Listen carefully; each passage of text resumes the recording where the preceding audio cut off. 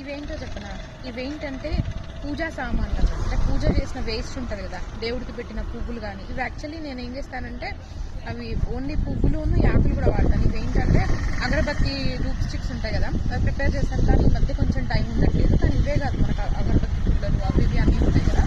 పూజ చేయడమే కాదు, దాన్ని సక్రమంగా చేయకపోతే కూడా ఫలితం మనకు పూర్తిగా దక్కదు. పూజ చేసిన తర్వాత మనం చాలా మంది తెలియకుండానే వాటిని చెత్తలో పడేస్తాం.